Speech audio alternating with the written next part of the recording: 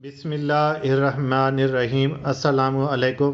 امید کرتا ہوں آپ سب خیر و عافیت سے ہوں گے۔ آج ہم بات کریں گے نہایت ہی امپارٹنٹ ٹاپک پہ کہ لمپی سکن سے متاثرہ جانوروں کا دودھ اور گوشت استعمال کرنا چاہیے یا نہیں۔ جس طرح ہم سب جانتے ہیں کہ دودھ اور گوشت بہترین پروٹین کا ذریعہ ہیں، بہترین خوراک ہے، اس کے بغیر صحت مند زندگی کا تصور کرنا انتہائی مشکل ہے۔ اس سے پہلے کہ ہم بات کریں لمپی سکن سے متاثرہ جانوروں کا دودھ اور گوشت استعمال کرنا چاہیے یا نہیں، چند اہم سوالوں پہ نظر ڈالتے ہیں اور اس کے بعد بات کرتے ہیں۔ سب سے پہلا سوال یہ ہے، کیا کسی متعلقہ محکمے نے خبردار کیا تھا کہ لمپی سکن سے متاثرہ جانوروں کا دودھ اور گوشت استعمال نہ کریں؟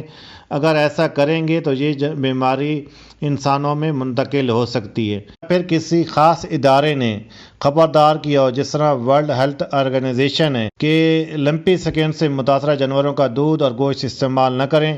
اگر ایسا کریں گے تو ہو سکتا ہے کہ یہ بیماری جانوروں سے انسانوں میں منتقل ہو جائے گی۔ اگر ان سب سوالوں کا جواب نفی میں ہے تو اس کا مطلب یہ ہے کہ صرف محض افواہوں کے بنیاد پہ اور اپنے مفروضے کی بنیاد پہ ہم نے وبا کے دوران لمپی سکن سے متاثرہ جانوروں کا دودھ اور گوشت استعمال نہیں کیا اور اس سے لائف سٹاک فارمر کا مزید نقصان کیا، اپنی تاجر برادری کا نقصان کیا، اور یہ صرف نقصان ان لوگوں کا نہیں تھا، ہم سب کا نقصان تھا۔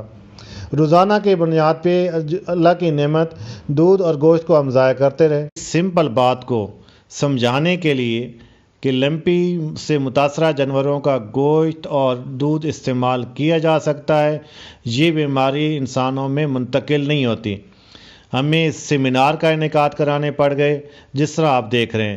ہمیں مختلف جگہوں پہ جا کے ذمہ داروں کے پاس بیٹھ کے، جسے کسان بیٹھک کہتے ہیں، ان کے ذریعے پیغام پہنچانا پڑ گیا، سکولوں میں جا کے یہ میسج پہنچانا پڑ گیا، دکانوں پہ پینافلیکس لگانے پڑے، تب جا کے عوام کو کچھ احساس ہوا کہ یہ واقعی ایسی بیماری ہے جو صرف گائے کی بیماری ہے اور یہ بندوں میں منتقل نہیں ہوتی، چاہے ان کا دودھ کا استعمال کریں، چاہے متاثرہ جانور کا گوشت کھا لیں۔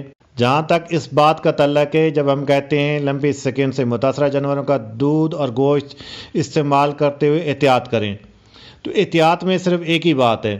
اگر متاثرہ جانور کا دودھ استعمال کریں تو اس کو اچھی طرح ابال لیں۔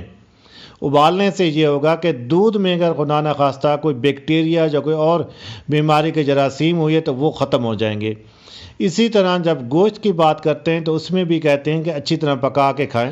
اس کی بنیادی وجہ صرف اتنی تھی کہ اس گوشت میں اگر خدا نخواستہ کوئی دوسری انفیکشن ہوئی، اس بیماری کے ساتھ ساتھ کوئی بیکٹیریا آ گئے تو وہ استعمال کرتے ہوئے انسانوں کے اندر نہ جائیں، اور جس طرح فوڈ پوائزننگ ہو جاتی ہے، دوسرے مسئلے نہ بنے۔ تو خدا را اگر ایسی کوئی صورتحال ہوتی ہے تو لازمی بات بنتی ہے کہ متعلقہ محکمے کی رپورٹ دیکھیں، متعلقہ محکمے کے افسران سے بات کریں۔ اگر کسی متعلقہ ڈپارٹمنٹ نے خبردار کیا ہوا ہے کہ اپنے آپ کو بچائیں، یہ تدابیر کریں، اور اگر یہ نہیں کریں گے تو یہ بیماری انسانوں میں منتقل ہو سکتی ہے، تو اس صورت میں چاہے گوشت ہو یا دودھ ہو بے شک استعمال نہ کریں۔